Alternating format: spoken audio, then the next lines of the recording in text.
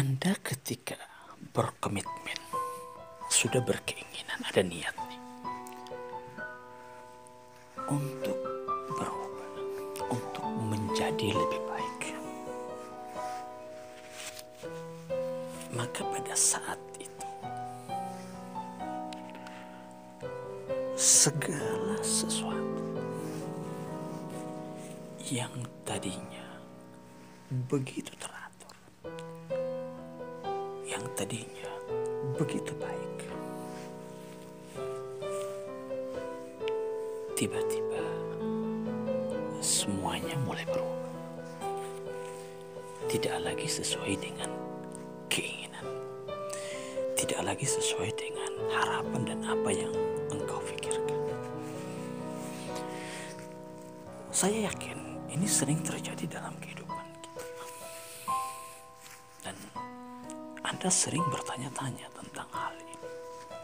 Seperti misalnya, dulu kehidupan saya kok bagus. Semuanya berjalan dengan lancar, nggak ada hambatan. Saya berhasil, saya sukses. Tapi pada saat itu, saya bukan orang baik. Harta yang saya dapatkan bercampur terkadang dengan hal-hal yang buruk. Salat saya aja sering bolong. Ya untung-untungan masih sholat. Ya paling banter hari Jumat. Itu pun karena malu sama orang-orang yang ada di kantor, di tempat kerja saya. Tapi hidup saya pada saat itu bagus. Saya termasuk orang yang sukses. Tapi tiba-tiba saya berubah, saya bertobat. Saya nggak lagi seperti yang dulu. Tapi ternyata hidup saya malah menjadi susah. Teman-teman saya udah mulai menghindar dari saya. Dulu mendapatkan uang itu begitu mudah, tapi sekarang susah banget. Intinya, setelah saya bertobat, ketika saya udah mulai rajin sholat, ternyata hidup saya malah susah. Bukankah yang saya pahami selama ini, kalau orang itu dekat dengan Allah, kalau orang itu berbuat baik, kalau orang itu rajin melakukan kebaikan, ya hidupnya pasti enak. Tapi kok ini enggak. Jadi apa yang terjadi? Kenapa ini sering terjadi dalam kehidupan kita?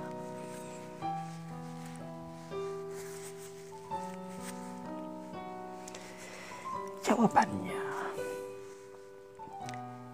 ini disebabkan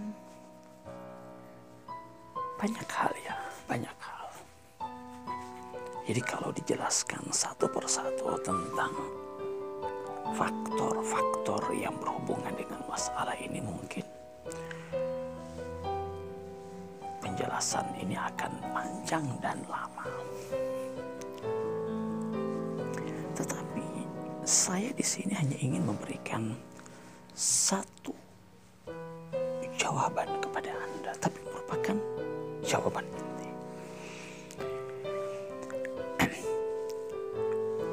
Intinya seperti ini.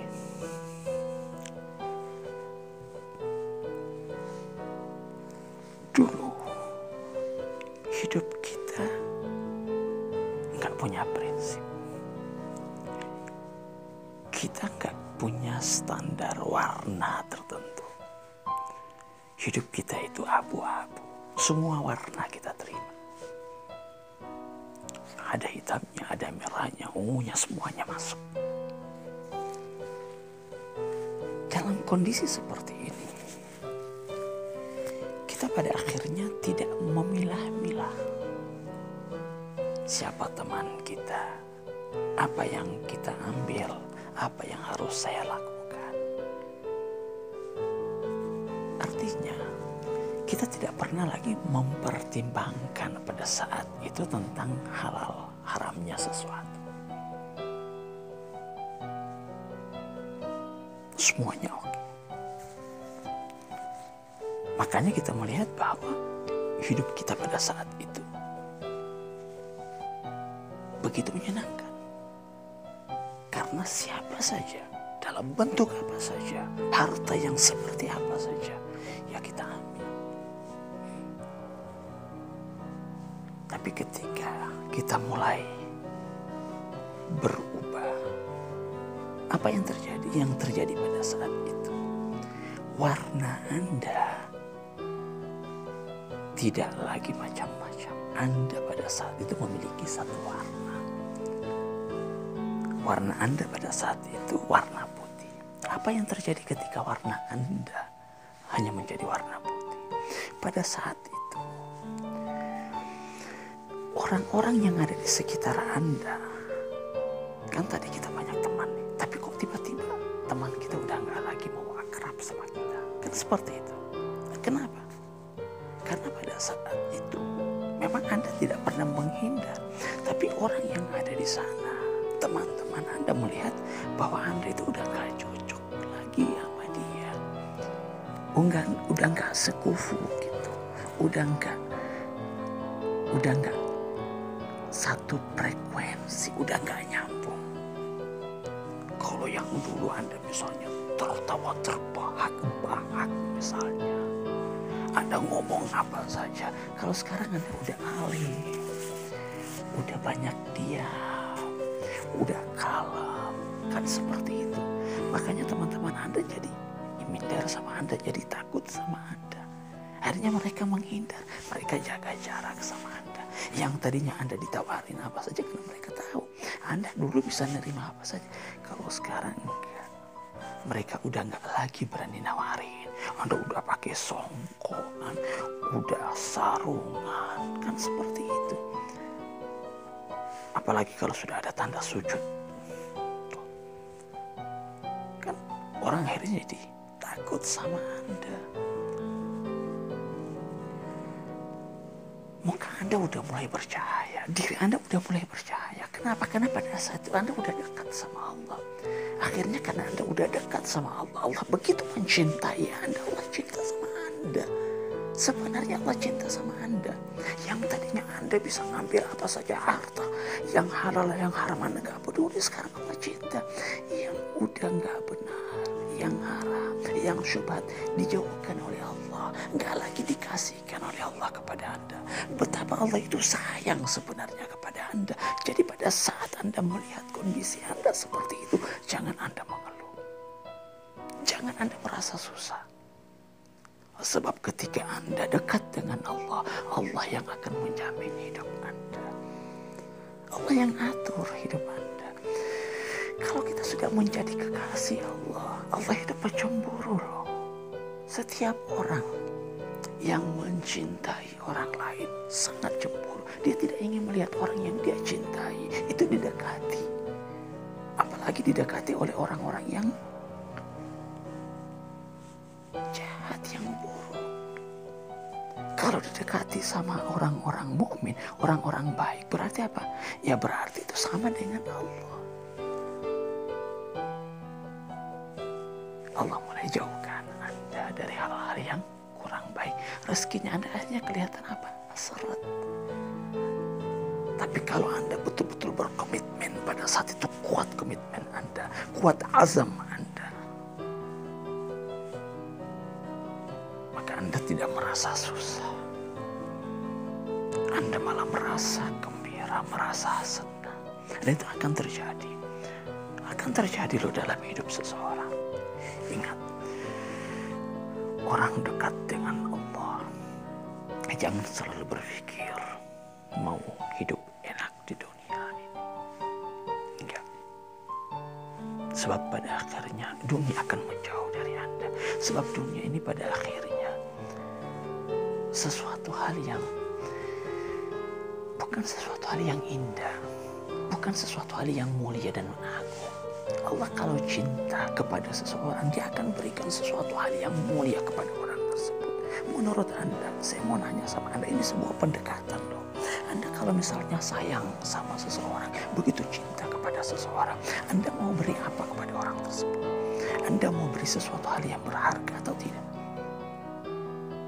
Anda tentu akan memberikan sesuatu hal yang berharga, bernilai kepada orang tersebut, bukan sesuatu hal yang gak ada nilainya. Menurut Anda, di dunia ini ada nggak sesuatu hal yang berharga dan bernilai? Nggak ada. Apa yang bernilai? Jabatan. Nggak bernilai. Kenapa? Karena pada akhirnya akan hancur, akan pergi dari Anda. Apalagi harta, sebanyak apapun juga pada akhirnya apa? Pada akhirnya akan hilang. Jadi kalau Allah itu mau memberikan sesuatu kepada orang yang dia cintai, dia akan berikan sesuatu hal yang bernilai. Apa yang bernilai? Yang bernilai tidak lain sesuatu yang berhubungan langsung dengan Allah. Itu yang bernilai. Nggak ada sesuatu yang bernilai selain dia. Makanya Allah bilang apa? Kalau kau dekat denganku, aku akan berikan diriku kepadamu. Allahu Akbar. Maksud dari Allah itu memberikan dirinya kepadanya apa? Artinya Allah memberikan kebahagiaan, ketenangan sejati kepadamu. Bukan ketenangan ilusi, bukan. Tapi ketenangan sejati ketika Allah hadir di dalam hatimu, di dalam jiwamu. La khaufun alaihim wa lahum yahzanun. Allahu Akbar. Orang-orang yang dekat dengan Allah, orang-orang yang telah menjadi kekasih Allah, orang-orang yang telah berkomitmen, baru berkomitmen loh. Allah akan hadir di dalam diri mereka. Ketika Allah hadir di dalam diri mereka, Allah bersemayam di dalam jiwa dan hati mereka. Allah telah masuk, menyatu di dalam diri mereka. Maka pada saat itu mereka benar-benar tidak lagi punya rasa takut, rasa khawatir. La khaufun alaihim, apalagi yang ditakutkan. Apa? Jadi kalau ada orang yang masih terus merasa khawatir, terus merasa takut, jangan-jangan nanti seperti ini, nanti seperti itu, selalu stres, selalu frustasi, selalu bimbang dalam hidupnya, itu menandakan satu hal saja, bahwa Anda belum dekat dengan Allah. Allah belum hadir di dalam diri Anda. Walaupun Anda itu rajin salat, walaupun Anda itu rajin sedekah, walaupun Anda itu rajin haji dan umroh, kalau Anda terus masih merasakan ada ketakutan, ada rasa kekhawatiran dalam jiwa, dalam hati Anda, yakin, aku yakin, bukan lagi hanya yakin, sebatas yakin begitu saja, enggak, tapi aku yakin Anda belum dekat sama Allah. Kalau orang dekat sama Allah, syaratnya hanya satu, ketenangan, kedamaian dalam hidupnya. Itu saja ukurannya. Itu saja ukurannya. Jadi kalau Anda sholat tapi nggak damai, tanda bahwa Allah belum hadir dalam jiwa Anda. Anda baca Quran tapi Anda belum damai, belum tenang, yakin Anda belum dekat sama Allah. Allah pun belum dekat dengan Allah. Itu saja ukurannya deh. Itu aja. Nggak ada ukuran-ukuran lain. Makanya kata Nabi dalam hadis beliau, bahwa orang baik itu diukur dari apa? Dari ketenangan jiwanya. Itu kata Nabi, bukan dalam sujudnya yang banyak. Bukan itu kan bisa dibuat-buat saja. Takut dilihat sama orang, sedekah banyak. Oh, banyak orang rajin sholat. Kan seperti itu. Tapi ketenangan jiwa itu nggak bisa dipaksa. Nggak ada main-mainan. Itu kita sendiri yang tahu diri kita ini tenang atau tidak. Ada. Itu tanda kalau kita dekat sama Allah. Itu aja ukurannya. Jadi Anda bisa mengukur diri Anda deh. Seberapa Anda dekat dengan Allah. Lihat seberapa Anda tenang, baik. Dalam melangkah, termanage, tertata, terarah semuanya. Dalam hidupnya betul-betul termanage, tenang dalam jalannya. Ibadur rahman alladzina yamshuna 'alal ardi haunan. Tenang dalam jalannya. Enggak, kalau kata orang Makassar, keripi-ripi, enggak seperti itu. Tergesa-gesa, enggak. Tenang dirinya, hidupnya tenang. Dia enggak buru-buru. Enggak ada seperti itu. Dia enggak pernah takut hartanya mau diambil sama orang. Kenapa? Dia yakin kalau memang mau jadi milik dia, pasti akan datang. Enggak takut dia, enggak khawatir. Uang punya Allah, uang bukan punya saya. Kalau memang itu menjadi milik saya, pasti dia akan datang. Jadi nggak perlu saya harus buru-buru. Pegangan dia begitu kuat, tawakalnya begitu kuat, ridhonya begitu besar. Ridho keputusan Allah, oke, qada dan qadarnya Allah. Dia benar-benar yakin, sabar dia. Itu tanda orang-orang yang benar-benar dekat dengan Allah. Allah cinta sama dia, dia pun cinta sama Allah. Ini yang kita ingin raih dalam hidup kita. Oke, wassalamualaikum warahmatullahi wabarakatuh.